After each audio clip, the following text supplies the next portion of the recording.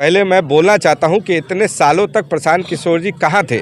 आज तक उन्होंने जितना पैसा उन्होंने जो बर्बाद किया है ये पूरा शोबाजी में, उससे अच्छा वो किसी भी ज़िले में कुछ अच्छा संस्था बनाते, कोई इंडस्ट्री सेटअप करते तो यहाँ के रोज़गार का, यहाँ के युवाओं का रोज़गार मिलता और उनका भला होता। प्रशांत किशोर जी कोई फैक्टर नहीं है, वो इसी तरह आएंगे, ऐसे प्रशांत किशोर आते हैं और राजनीति में चले जाते हैं। तो देख सकते हैं भाजपा निर्णय लेती है कि उसको अगली जिम्मेदारी क्या देनी है, और जिस विश्वास के साथ भारतीय जनता पार्टी बिहार प्रदेश ने 2023 में जिला के लाल और युवा नेता भाई मनीष जी पे जो जिम्मेदारी दी थी और भरोसा करके जो दिया था, उस पर खड़ा उतरते हुए हम लोगों ने एनडीए की दोनों सीटों को यहाँ से जिता करके यहाँ के प्रतिनिधि को लोकसभा में भेजने का कार्य किया है।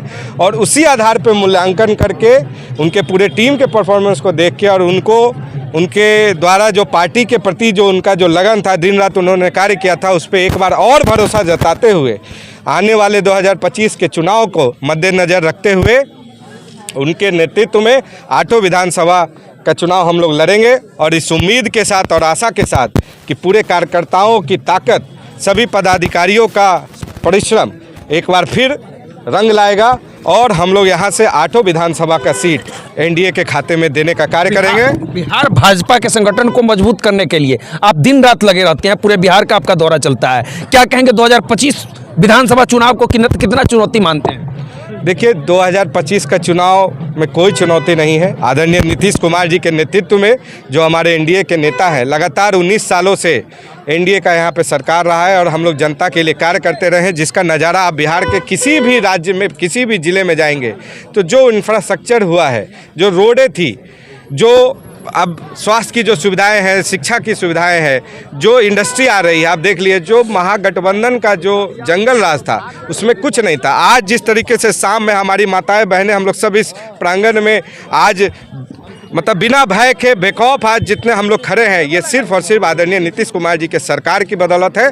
और 2025 का हम लोग का नारा है, 2043 में 243 में 225 सीटें जीतने का एनडीए कार्य करेंगे। 225 का दावा कर रहे हैं, लेकिन बड़ी चर्चा हो रही है कि खरमास के चूड़ा दही खाने के बाद 14 तारीख के बाद कहीं बिहार में खेला तो नहीं होने वाला है। देखिए, ये आप लोगों का, मीडिया वालों का आकलन है। लगातार आदरणीय नीतीश कुमार जी जो हमारे नेता हैं, प्रगति यात्रा के दौरान वो लगातार बोल रहे हैं। और अभी मुजफ्फरपुर और वैशाली में भी जब पिछले दिनों वो थे तो उन्होंने बता दिया कि 2 बार वो किसी के भ्रम में आके चले गए थे, लेकिन मजबूती से हमारे नेता हमारे साथ है और उनके नेतृत्व में हम लोग 2025 का चुनाव लड़ेंगे। इसमें कोई शंका नहीं है, कोई दो राय नहीं है। प्रशांत किशोर के मामले को लेकर आप देख सकते हैं, बीपीएससी भर्तियों के लिए अनशन पर बैठे थे, आज पुलिस उठा के ले गई है।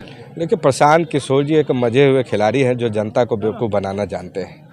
उन्होंने जिस तरह से उपचुनाव में एक पूरा जो एक माहौल क्रिएट करने का कोशिश किया, जनता पूरी जानती है। ये सिर्फ पूंजीवादियों का उनका एक जितना पैसा जो उन्होंने महागठबंधन के राज्यों में जो पैसा एकत्रित किया है, उसको सिर्फ यहाँ पे दिखावा कर रहे हैं। उनके कोई 2014 नहीं है, उनका कोई जनाधार नहीं है, उनके पार्टी के नहीं है। उन्होंने जो अपना जो अध्यक्ष भी घोषित किया, उसी पेपर पे घोषित किया। वो खुद स्वयं आगे लीडर बनना चाहते हैं।